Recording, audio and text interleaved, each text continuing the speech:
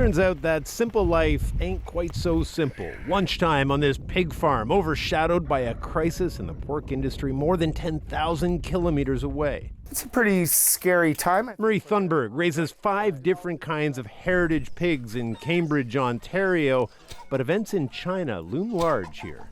And they're saying this could up the price in pork in Canada for 2 to 3 years, but now they're also saying it could be 5 to 7 years before China replaces all their lost inventory. This Thunberg refers to is a swine fever sweeping through China. Millions of pigs have already been slaughtered. No country on earth consumes as much pork as China, so a shortage there is quickly felt everywhere. Inventories in Canada are starting to be depleted. So grocers who want to sell us bacon and ribs will become increasingly desperate to find any product to sell us, especially during the barbecue season. Canadian pork producers had been victims of the growing trade war between Canada, the U.S., and China. Now, though, the tables have turned. China needs Canadian pork, which should help ease Canada-China talks about canola and soybean exports.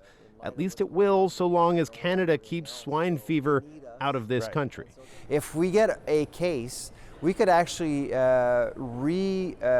re-experience what we saw back in 2003 with mad cow, when overnight we saw 35 different countries issue an embargo on Canada's cattle industry, and cattle futures went down 70% overnight. U.S. officials say the most likely way swine fever comes to North America is through the illegal import of pork products. So Ontario's pork producers are sounding that alarm. When entering the country, please don't bring pork products into the country. That's our number one concern. Because, yes, China's issues will drive up the price for Canadian consumers. But if the disease does show up in this country, the cost to both the economy and your grocery bill will be enormous. Peter Armstrong, CBC News, Toronto.